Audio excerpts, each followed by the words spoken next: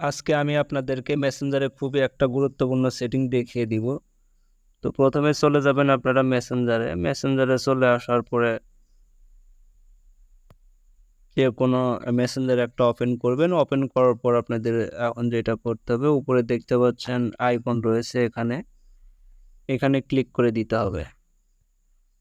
এখানে ক্লিক করব। এখানে ক্লিক করার পর স্ক্রল ডাউন করে নিচের দিকে আসতে হবে।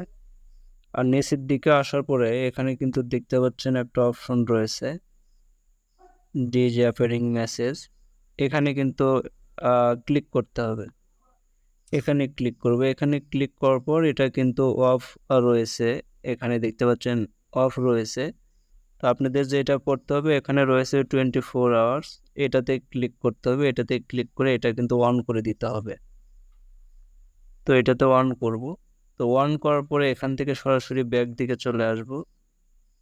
ব্যাক দিকে চলে আসার পরে নিচে দেখতে পাচ্ছেন, তো এখন যদি কোনো ব্যক্তি যদি আপনার মেসেঞ্জারে কথা বলার সময় যদি কেউ স্ক্রিনশট দেয়, এখানে কিন্তু দেখিয়ে দিবে।